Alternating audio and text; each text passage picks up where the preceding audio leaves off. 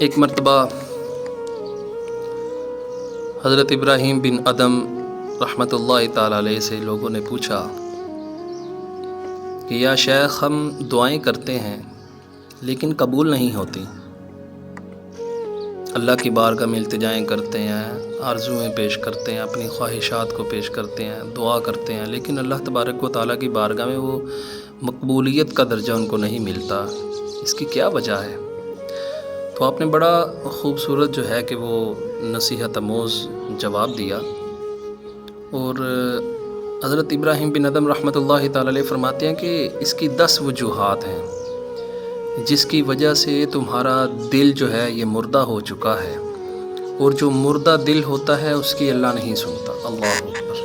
پھر آپ نے وہ وجوہات کو بیان فرمایا، اور آپ نے فرمایا کہ تم اللہ کو پہچانتے ہو، اللہ کو جانتے ہو کہ وہ ہمارا رب ہے، وہ ہمارا پالنے والا ہے، وہ ہمارا خالق ہے، ہمارا مالک ہے، لیکن ہم اس کا حق ادا نہیں کرتے۔ جو ہمارے اوپر اللہ تبارک و تعالیٰ کا حق ہے، ہم اس کو نظر انداز کرتے ہیں۔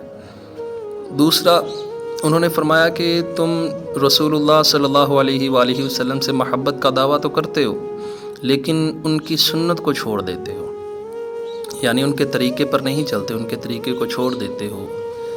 جیسے انہوں نے زندگی اللہ کی بارگاہ میں پیش کی، اس طرح تم زندگی نہیں گزارتے۔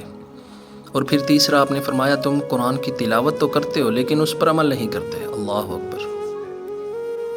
قرآن تو آج ہم بھی پڑھتے ہیں، قرآن کی تلاوت کرتے ہیں، گلوں کو تر رکھتے ہیں، لیکن نہ ہی وہ ذوق رہا اور نہ ہی اس طرح جس طرح اللہ تبارک و تعالیٰ نے ہمیں اس قرآن کی تلاوت کے ساتھ اس پر عمل کرنے کا بھی حکم دیا۔ تو حضرت ابراہیم بن ادم رحمۃ اللہ تعالیٰ علیہ نے بھی یہی فرمایا۔ آپ نے فرمایا تم لوگ قرآن کی تلاوت کرتے ہو لیکن اس کی آیتوں پر عمل نہیں کرتے، اللہ نے جو احکامات دیے ہیں ہم اس پر عمل نہیں کرتے۔ پھر فرمایا تم اللہ کی نعمتیں کھاتے ہو لیکن اس کا شکر ادا نہیں کرتے۔ اللہ اکبر۔ فرمایا یہ وہ وجوہات ہیں جس کی وجہ سے تمہارا دل مردہ ہو چکا ہے۔ اور پھر آپ نے فرمایا تم کہتے ہو کہ شیطان تمہارا دشمن ہے، لیکن تم اسی کی پیروی کرتے رہتے ہو۔ اللہ اکبر۔ شیطان جسے ہم سمجھتے ہیں کہ یہ ہمارا کھلم کھلا دشمن ہے، لیکن ہم پھر بھی اللہ تبارک و تعالیٰ کی بارگاہ میں جو ہے کہ اللہ کی چھوڑ کر شیطان کے بہکاوے میں ہیں، شیطان کی مان کر زندگی بسر کر رہے ہیں۔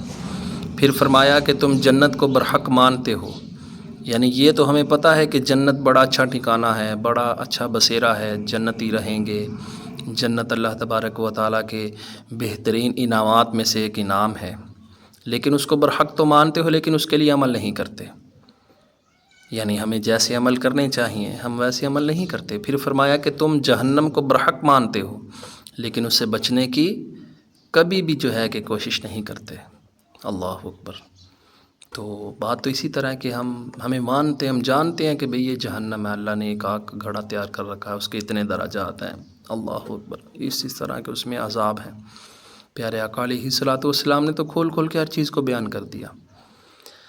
اللہ اکبر۔ پھر فرماتے ہیں کہ تم موت کو برحق مانتے ہو لیکن اس کی تیاری نہیں کرتے۔ اللہ اکبر۔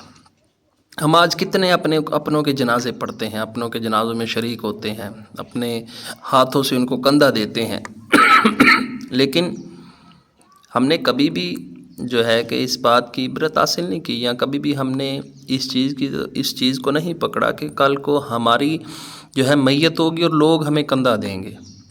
تو حضرت ابراہیم بن ادم رحمۃ اللہ تعالیٰ نے بھی یہی فرمایا کہ تم موت کو برحق مانتے ہو لیکن اس کی تیاری نہیں کرتے۔ پھر فرمایا تم دوسروں کے عیب تلاش کرتے ہو لیکن اپنے عیب بھول چکے ہو۔ اللہ اکبر۔ یعنی ہم فرمایا کہ اے لوگو تم دوسروں کے عیب تلاش کرتے ہو، اور جب دوسروں کی عیب کشا کرنے میں لگے رہتے ہو اپنا عیب بھول جاتے ہو کہ مجھ میں بھی یہ عیب موجود ہے، پہلے میں اپنی تو اصلاح کر لوں۔ اور پھر فرمایا تم اپنے مردوں کو دفن کرتے ہو لیکن ان سے عبرت حاصل نہیں کرتے۔ اللہ، یہ 10 وجوہات آپ نے بیان فرمائی۔ اگر ان 10 وجوہات کو دیکھیں تو میرے بھائیو آج اللہ اکبر یہ تمام کی تمام ہم سب میں پائی جاتی ہیں۔ آیا کہ ہم ان وجوہات کو ترک کریں گے یا نہیں؟ آئیے اللہ کی بارگاہ میں یہ اللہ تبارک و تعالیٰ کی بارگاہ میں یاد کرتے ہیں کہ انشاءاللہ جہاں تک ہو سکے ہم ان وجوہات کو ترک کریں گے، چھوڑیں گے، اور کوشش کریں گے کہ اس ماہ رمضان میں زیادہ سے زیادہ ہم اللہ کی بارگاہ میں ایسا استغفار، ایسی توبہ، اللہ کی بارگاہ میں ایسی مناجات، اللہ تبارک و تعالیٰ کی بارگاہ میں ایسی ریاضتیں کر لیں تاکہ اللہ تبارک و تعالیٰ ہمارے دلوں کو بھی پاک فرما دے اور ہمیں اپنی زندگی میں بھی صحیح معنوں میں اللہ تبارک و تعالیٰ کے نور کو اپنے دل میں جگہ دینے کی اور اخروی زندگی اللہ تبارک و تعالیٰ سے بہترین جزا حاصل کرنے کی توفیق عطا فرمائے۔